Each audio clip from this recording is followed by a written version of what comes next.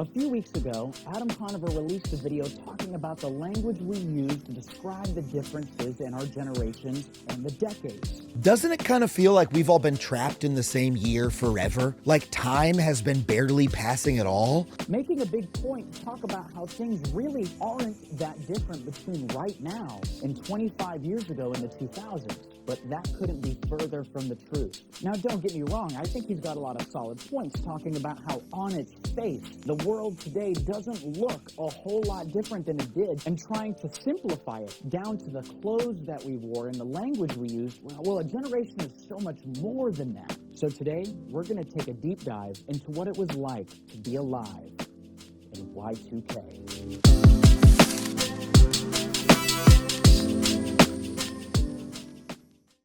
Now, before we get way too deep into this, I just want to make a point to say this is by no means a way to try and slam Adam. I truly believe that his video was good. And honestly, without it, I wouldn't have taken the time to really sit here and think about what actually made the 2000s so different. But there's a few points that really stand out to me, one of them being the passage of time, and how even Gen Z admits that they feel like time is passing way too quickly, whereas in the past, those 10-year intervals felt like they lasted an eternity. He makes a point to say how it's hard to remember the 2000s as a different time than how things are right now. So I've made a list of different things that I feel like we need to discuss about the 2000s that no one else is talking about. And before we get into these topics, I feel like the best way to explain to you what life was like is to give you a short story about what life was like for me back then. Because while I was born in the 90s, I grew up in the 2000s.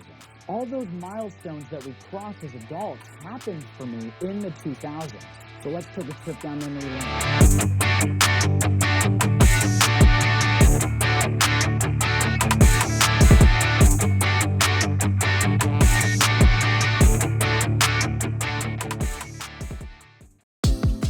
Assuming we're not talking about school here, let me tell you what an average day would look like. First, I would wake up with no cell phone to check. I mean, I was a preteen. We didn't have cell phones. And even if we did, I mean, they didn't connect to the internet. There was no checking your Facebook or your TikTok or, your YouTube. There was nothing. You didn't have anything to check. You had no digital responsibilities to the world. All I could think about was, what was I going to do that day? And I had a pretty strict schedule about the stuff I liked to do. I knew that I wanted to skate, that I wanted to ride my bike, that I wanted to hit the town and say what's up to my friends, and spend the night playing video games. I mean, I was a teenage boy in the early 2000s. What else can you expect of me? So I would get up on my bike, and I would ride all the way through the neighborhood. I would cross through multiple other neighborhoods just to get to the outside of the main road by the highway, where I could go to McDonald's, and I would pick up a medium fry for $1.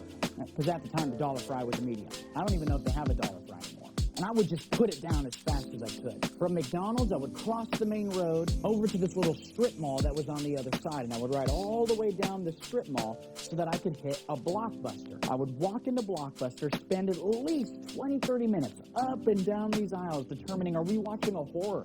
Are we watching a comedy? Am I finally going to bite my tongue and watch The Notebook? But to be completely honest with you, it was usually just between three. I would either end up buying the Bionicle movie, some sort of crazy slasher like Nightmare on Elm Street or some shit, or some dumb coming-of-age comedy like American Pie. So I'd pay like $2 or $3. I would take that rented DVD and I'd put it in my jeans pocket, because back then the jeans were big enough that you could put a whole DVD in your pocket. I'd get back on my bike and I would ride all the way back up that strip mall, and I would hit the Walgreens. I would buy a glass soda. Yep, back in the day, Walgreens had sodas available in those really big, solid glass containers. Sarsaparilla was my favorite. I'd also grab a bag of chips and some sort of candy. It didn't really even matter what it was. The fact that I was capable of leaving the house and picking up my own candy with $1, total freedom. I'd check out, put all that stuff in that same pocket. Now we got a DVD, a glass soda, a bag of chips, and like a Butterfinger, all stuffed into one pocket. And I would get back on my bike, and I would weasel my way back home throughout the highways in the neighborhood. And if I was lucky, maybe I ran into a friend. They can come on over. Let's play some Xbox. Let's get on Halo. But truthfully, most of my friends didn't come over until much later. So then I would go home. I would plug in my Xbox or my GameCube, and I'd sit there and I'd play some games for a little bit. I'd eat my little snacky that I just went all the way across town to get, and I would just play the game. We didn't have multiple TVs. It wasn't a multiple monitor computer setup. We had one dedicated TV in the living room to play on. And luckily, I usually got there first. And I would just sit there for hours, playing whatever game I determined to be worthy of my time. No checking my cell phone, didn't have to check a Facebook, MySpace, TikTok, all of that stuff just wasn't really here yet. And I would continue to play video games until my friends were available. By the way, if a friend was coming over to our house, they too would have to get on their bike and ride all the way to our house just to even see if I was home. There was no way to check. I mean, sure, you could call their house phone, but a lot of parents didn't really like you doing that. And well, at least they made it seem that way, because you'd call me and be like, hey, is Matthew available to play? And they'd be like, oh, well, he's doing some home. It sucked. So we would just take our chances, we'd get on our bike and go. So if we were available, well, we would spend the whole rest of the day outside. Not because it was the cool thing to do, but because it was kind of the only thing we had to do. We'd set up shitty wooden ramps and we would ride our bikes off of it. We didn't really have anything better to do but to sit and skate and ride bikes and just talk to each other. And this is where the old passage of time really comes in true. We knew it was time to go home when either A, the street lights came on, or B, when the sun was all the way set. Once it got dark, it was time for us to go home. Now, if a friend wanted to stay late, we had two choices. Either A, you could risk it and just stay and hope that mom doesn't get worried about where you are, or B, you could ride your bike all the way back home. Ask your mom if you can go stay at your friend's house, and then you would ride all the way back to where you were going. They would come back, the sun would be down, and what would we do? We would plug in our GameCube, and I shit you not, we would play that from like 8 p.m. till like 4 in the morning, and that's it. Because we had nothing else to distract us. All we could think about is the game we wanted to play, the pizza we wanted to order, and if we were going to do this exact same thing the next day. And I know that maybe that sounds kind of like a boring, quiet life, but let me tell you something really special about it is that we had no responsibilities. And duh, you're over here like, of course you have no responsibilities, you were children. True, but I'm not just talking about responsibilities as far as like school or work or any of that shit. What I'm saying is that we have these responsibilities to make sure that we check our phone, that we check our emails, we respond to that text, we call that person back, we have that video on TikTok we have to make. There are so many things that young people are doing today that we just simply didn't have back then. And since the best technology we had was Windows XP and a GameCube, well, if you didn't want to do either of those two things, you fucking went outside, climbed a tree, took your bike off of a ramp. I don't know, you went swimming in a river. It's just you didn't have any other choice because you didn't know any better. There was no digital world. And that's what brings me into the apex of this whole conversation. Media has grabbed us and shaped us into the people that we are today. But it has also completely changed the narrative around the life that we live. And not just us as adults, but children as well. I got my first cell phone when I was 14 years old, a little flip phone, and all it could do was make calls. It was technically capable of texting, but it cost $1.50 per text. So there was no way I was getting away with that in my house. Even making phone calls cost money, so we would wait until after 8 p.m. to make sure those phone calls were free, so that way mom wasn't up my ass about all my friends that I was calling. Let's take a minute to talk about the things that really mattered back in the 2000s, the things that defined the world that we lived in.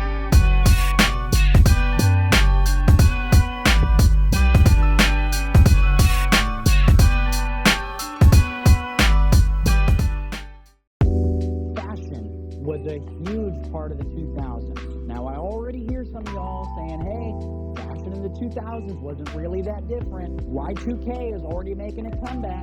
Sure, to a certain extent. We're in an era where women are wearing baggy jeans, people are parting their hair down the center. Sure, those are a couple of things that come from that early 2000s generation. But those things do not define what the 2000s really looked like. Because while middle parts, sure, big part of the 2000s, that was for a very select few group of people who could afford to have their hair cut by someone who knew what they were doing. Because you couldn't just get on Instagram and see who's good at cutting hair. You basically just went to the nearest place by your house. You just had to hope that they did a good job. So the most common cuts of the early 2000s for women, you just had shoulder-length hair. That was about it. Maybe in braids, know? Or they would take that and they'd put it up and they'd pin it up into fun little like spiky shit because, well, once again, those were really your only options with this kind of boring haircut that you have. And for the guys, they just stopped getting their haircut and they too would let their hair just grow out. But hats were a big deal in the 2000s, so everyone was wearing their new era fitted caps. So these dudes would be walking around with these little blowouts coming out from underneath their hats. Because, well, you wanted to have long hair. It sucked to get your hair cut. You didn't want to be walking around with a bowl cut.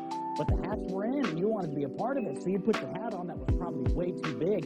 And these blonde, little curly flowies would be coming out the back. And even when you took your hat off, well, you ended up with flat on top and these big surfer dude-like blowouts coming out the back. It wasn't necessarily that it was a fashion choice. Rather, it was a consequence of the time. You couldn't go anywhere without seeing some little 9-year-old dude just walking around with this flat blonde hair and these big, fat fucking curls coming out the back. Now, as far as shirts go, that really hasn't changed all that much. Aside from the fact that color coordination was a huge thing. You made sure that those colors were matched up top to bottom. If you were wearing a hat, shirt, shoes, jeans, the whole 9 yards, right? If your black shirt had a green logo on it, so did your hat, and your shoelaces were green as well to match.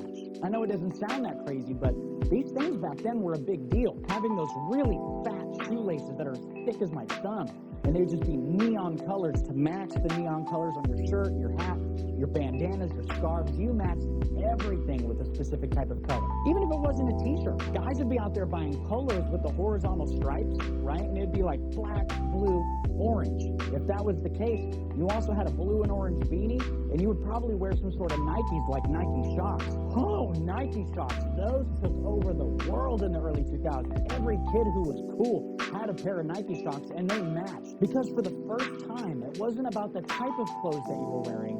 It was how you wore them. So sure, a lot of people were just running around in jeans and t-shirts and skate shoes. It was the way that they were pieced together. That's what really sold the look. Meanwhile, the girls would be wearing full-length jeans. They'd be putting skirts on top of jeans, and they'd have tank tops on top of t-shirts on top of tank tops. Look, in the 2000s, wearing one tank top was fucking unacceptable. It was so common to see 2 or 3 tank tops layered up. So you'd have the black one on top, and the pink and the white would be underneath it because layers were everything. In fact, I'd go as far to say that layering really was the definition of the early 2000s. Boys would have long sleeve shirts under short sleeve shirts with big baggy shorts, tall socks, big puffy skate shoes with the hat slightly turned to the side. Layers. But to be honest, while the fashion was different, that is one of the least extreme differences between the 2000s and today in 2025.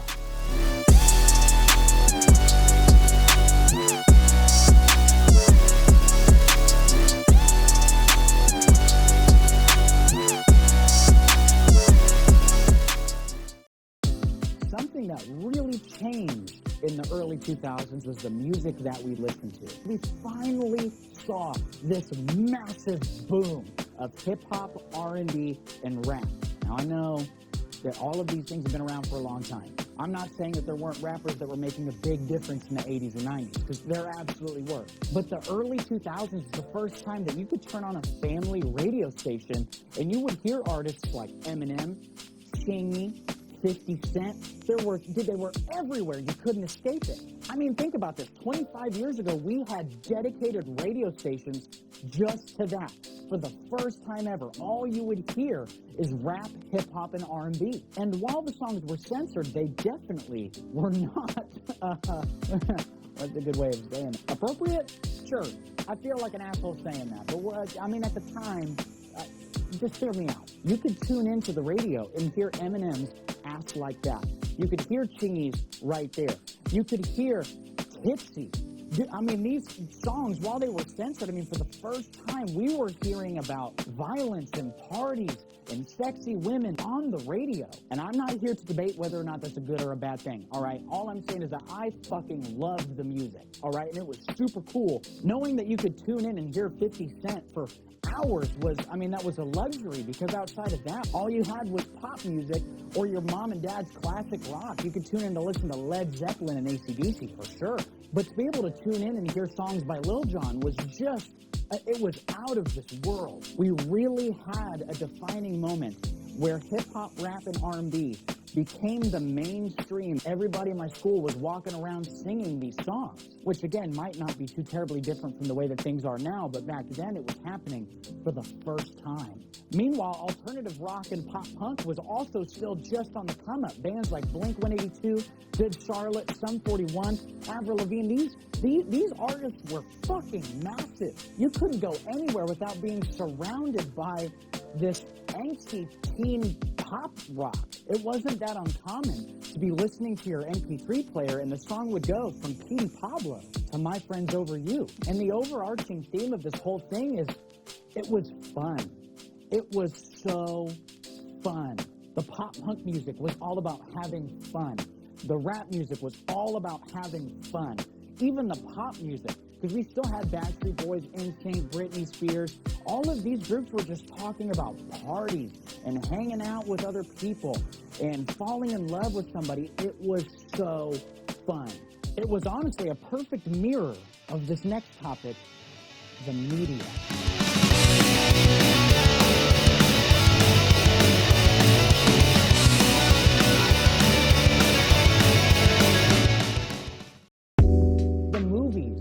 Were fun. Commercials were fun. The environment all around you was centered around this idea that they really wanted you to just have fun. High school comedies were at an all-time high. House party music was at an all-time high. Commercials with like weird things were at an all-time high. Because outside of these traditional medias, there was no other way to consume it. You didn't see an ad on your phone. You didn't see ads on your computer. You either saw them on TV, you heard them on the radio, or if you had enough money to go to the movies, you might even see a couple there. All the colors were bright. All the sounds were aggressive. All centered around this idea that they really just wanted you to feel like you were the center of attention at whatever party you considered your life to be. I mean, if you ever want to see a glimpse of it, just go watch some old TV shows. You watch things like Drake and Josh, Zoe 101, all of those shows full of these bright colors, crazy outfits, fun, music, and well, that was exactly it. Is they really just wanted you to feel like you were the star.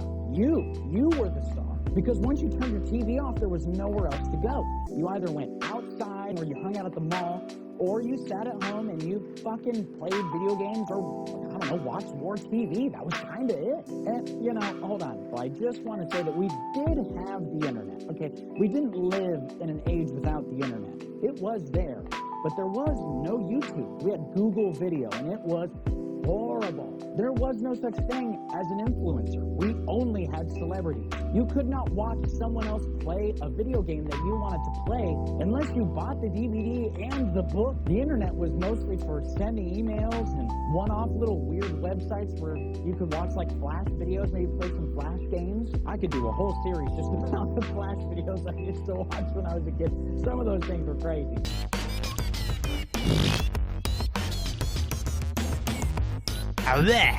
And sure, we did have MySpace, and that landscape was completely different. You could personalize your page, you could put music. We were all coding different backgrounds so that different colors would pop up at different times and logos would spin. When you landed on someone's MySpace page, it was just for them. Nobody's two pages looked exactly the same. But outside of responding to that message or checking out what comment you got on your picture, there was nothing else to do. There were no videos to watch. There were no ads trying to convince you to download a game for your phone. You would physically have to sit at the computer, log into your page each and every time because saving passwords didn't exist back then. And you had 10, 15, 20 minutes to be able to log in and check all of that stuff. But the whole house was sharing a computer, and you couldn't even make phone calls while the internet was being used because dial-up had this, I don't even know how the fuck it worked, to be honest with you. But if mom wanted to make a phone call, you had to get off the computer. Simple as that. That's all. There was no ifs, ands, or buts about it. So it was fun to check in and see what everyone was doing, but the goal wasn't to stay there. It was just to check up and then move back on into your regular life. So sure, we had it, but it was not grabbing us by the throat the way that it does today. Hearing somebody say, I don't have a MySpace page, was totally normal. And nobody thought you were weird for not having one. And it's not just the media that was fun. Everything was fun. Remember how I said I would go to McDonald's to get my dollar fry?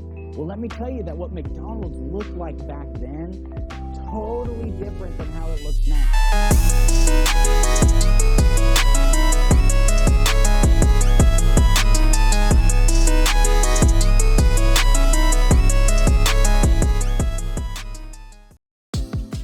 The McDonald's today, I mean, they're just bland, simple, fancy architecture, basically glorified decorated boxes. But back then, they were bright red and yellow. They had these funny roofs on them. Play places were in every single one. My McDonald's up until 2009 still had wallpaper on the inside. The couches were blue. The tables were red.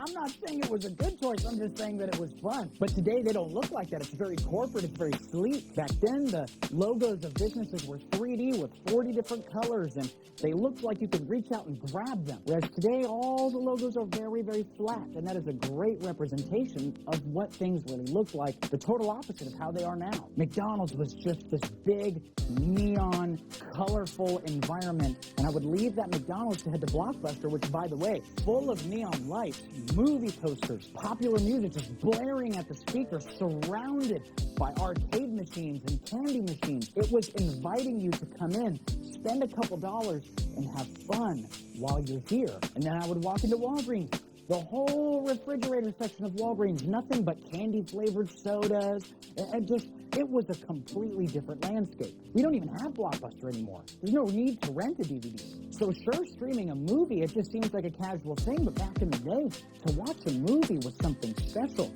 You had to go out of your way to pick it up. You had to go into this environment just to find what you wanted.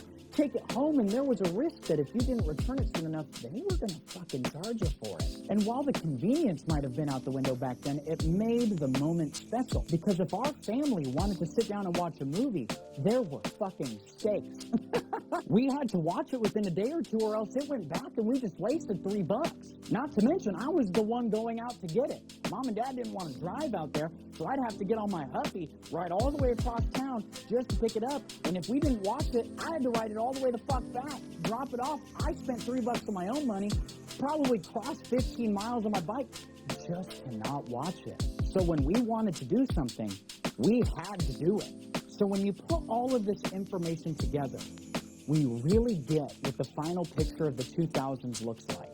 Sure, it could be defined by the fashion, or the music, or the media that we consume. But I think the big reason why the world has changed and why Adam was wrong in his video is not because the world hasn't changed, but because the way we see and consume in the world has changed. Gone are the days where you had to leave your house to go somewhere, to do something and experience it. No, all of it is right here in the palm of your hand on your cell phone. I remember when that McDonald's I went to finally changed. I only found out because I went there and it was under construction. Watching with my own two eyes how the world in front of me is changing, that was a monumental moment. I remember it as if it was yesterday. Do you see what I'm trying to say here? I saw with my eyes the world change in front of me, defining a moment between before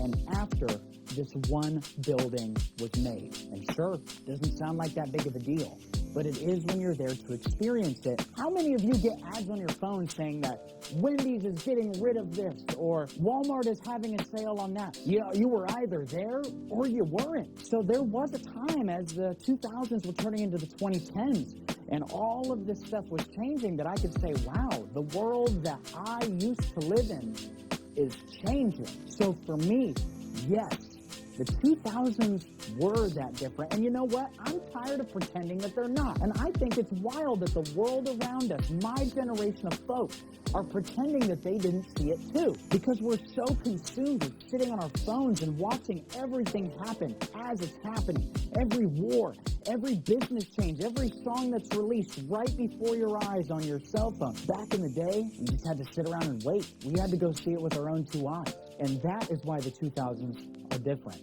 Because for us who grew up in the 2000s, we were the last generation to physically watch the world around us change, not behind a cell phone. Because people wouldn't be converting their phones to dumb phones if they hadn't experienced the world before the phone was smart, before Twitter and TikTok took over the landscape of all of our information, when we had to tune into a news station or pick up a newspaper or a magazine. So when we talk about the 2000s, Let's call this decade what it really was, what really defined it as a separate decade.